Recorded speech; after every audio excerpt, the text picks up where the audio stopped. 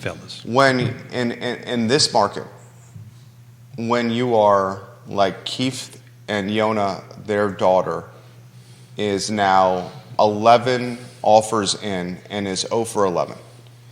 Does your strategy change when you're making offer 12, 13, 14, 15 when compared to offers 1, 2, and 3? Do you want to kick that off? No, you definitely kick that off. So, yes and no, right? Consistency matters, right?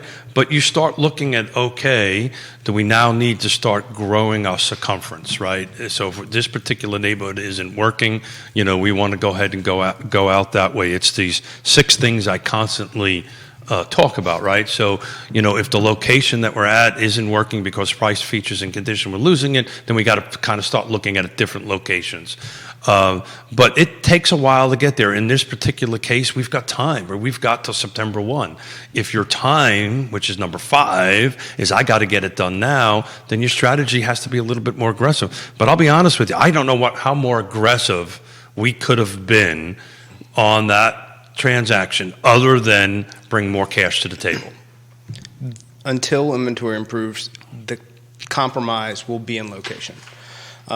Because you can go always, if you're going out and making your truly highest and best offer in an environment where the competition is only getting stronger due to the limited amount of product that is available, you've got to go where, if you were starving and you showed up every day to fight the same 5 guys for this orange on this orange tree, but you realized you could walk a little further, that's how as humans how we're built. You're gonna go to where you can eat, and they're gonna go to where they find success, and that's the migration is what's going to drive that. What's available in what areas, and where can they actually land? Explain this to me, and this is great content. I'm going to disagree with that. Okay, and jump in. Okay. How is this?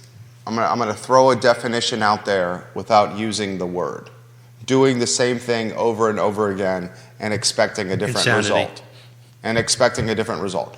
How is what's being done now not insanity? You were on offer 12.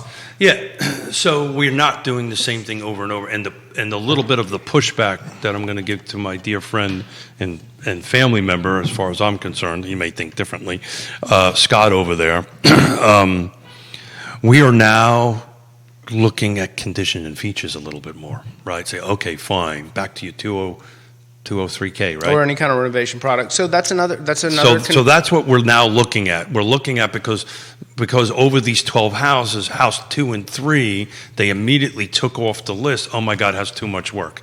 Now the conversation is let's go look if that's still back on the market, and now go to Scott and say, hey, can I get a renovation loan? And oh, by the way, Dad, agent, do a CMA for me and find out if I buy this for $450 and put $200,000 in it, am I overbuilding for the market? And the answer is no to that question, by the way. So now that's what we're starting to look at. Is okay, great. This is the neighborhood, right? This is your location. This is the school system, which is important to them that they want to be in. So now let's start taking a look at features and conditions. Reach out to Scott and say, give me some development love. So the benefit there is, and what we're seeing.